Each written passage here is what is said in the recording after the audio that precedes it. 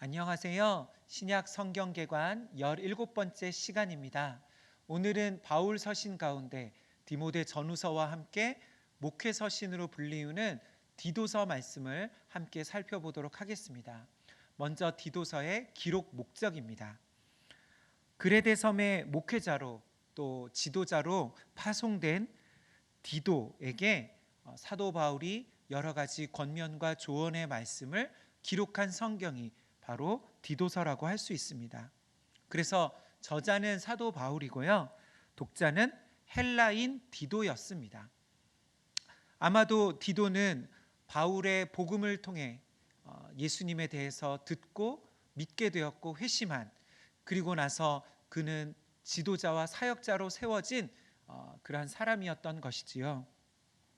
이제 사도 바울을 대신해서 그 그레데 섬의 목회자로 파송된 디도에게 사도 바울은 먼저 선배된 사역자로서 그에게 여러 가지 필요한 조언과 권면의 말씀을 주고 있습니다. 저작 연대는 주후 64년경으로 추측됩니다. 아마도 디모데 전서와 비슷한 시기인 것 같고요. 기록 장소는 마게도냐였을 것으로 추정됩니다. 디도서의 배경은 바울이 직접 자신의 어떤 이유였는지는 알 수 없지만 그러한 여러 가지 상황 가운데 자신을 대신해서 그레데 섬의 목회자로 디도를 파송하게 됩니다.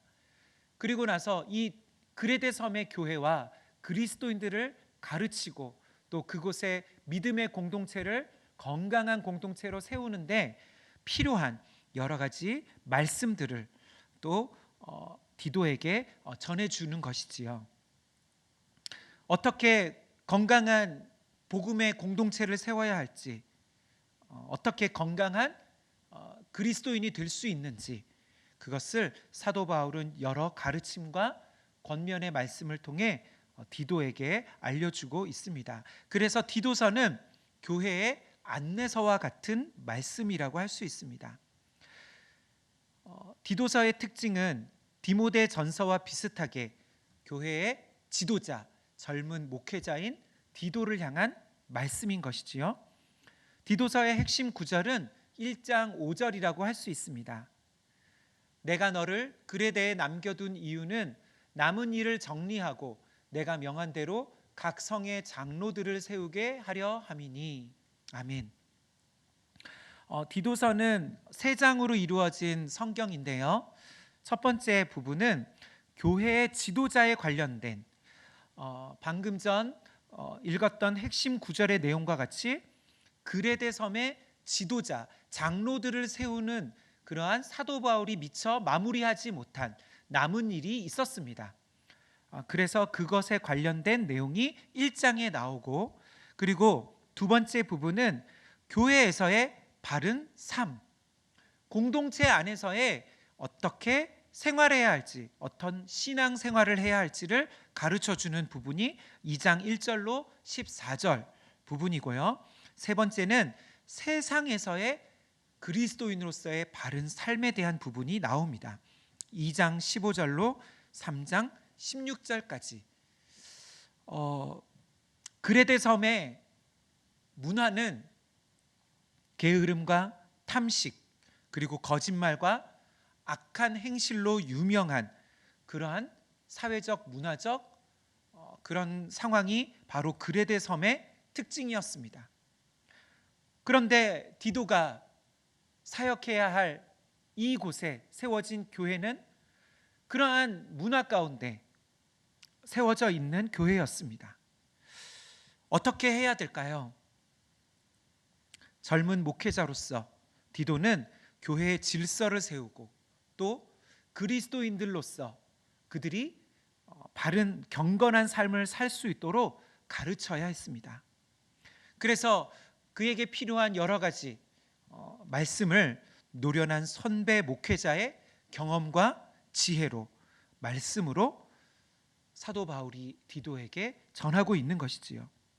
무엇보다 사도 바울은 지도자인 디도 자신이 목회자로서, 지도자로서 훈련되어야 한다고 말합니다.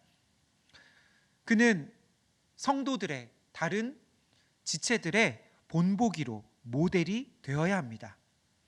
지도자는 지도자로서의 자질과 성품을 훈련해야 하는 것이지요.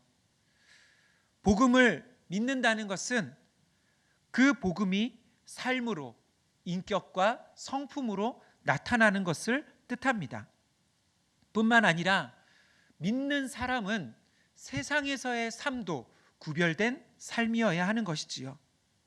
교회 안에서 질서 있게 그리고 덕을 세우는 그러한 삶을 살아야 할 뿐만 아니라 세상에서도 믿지 않는 사람들의 본보기로 칭찬이 되고 인정받을 수 있는 그러한 삶으로 살아가야 하는 것입니다.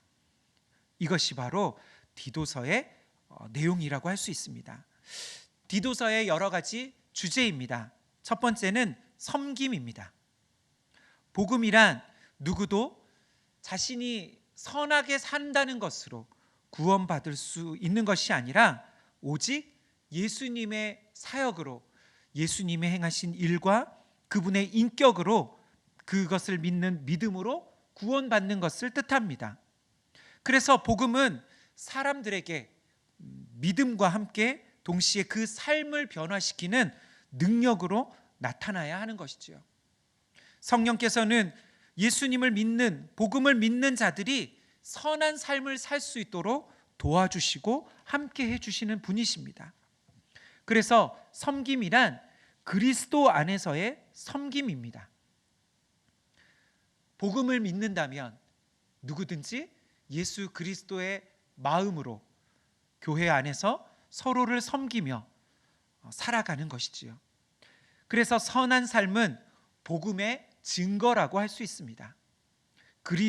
그리스도인으로서 우리는 섬김으로 또 교회 안에 선한 삶으로 그 우리의 믿음과 우리의 신앙이 드러나야 하는 것이지요. 두 번째 주제는 성품입니다. 그레데에서의 디도에게 맡겨진 책임과 사역은 교회의 조직을 세우고 또 성도들을 말씀으로 양육하고 가르치는 일이었습니다. 그래서 바울은 여러 가지 교회의 지도자들을 세우는 데 있어서 필요한 자질을 설명하고 있습니다.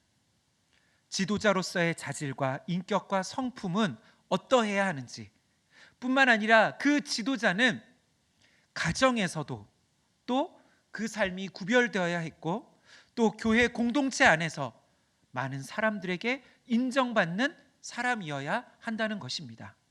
뿐만 아니라 이렇게 교회 안에 지도자로 세워진 사람은 이 세상에서도, 사회에서도 사람들에게 인정받는, 좋은 평판을 받는 사람이어야 한다는 것이지요. 그래서 지도자에게 필요한 것은 절제와 영적 도덕적인 건강함, 그리고 예수님을 닮아가는 성품입니다. 무엇이 중요한가? 내가 지도자가 되는 것보다 지도자로서 내게 갖춰져야 할 것들이 더욱 중요하다는 것을 말하고 있습니다. 다음 주제는 교회 안에서의 관계입니다.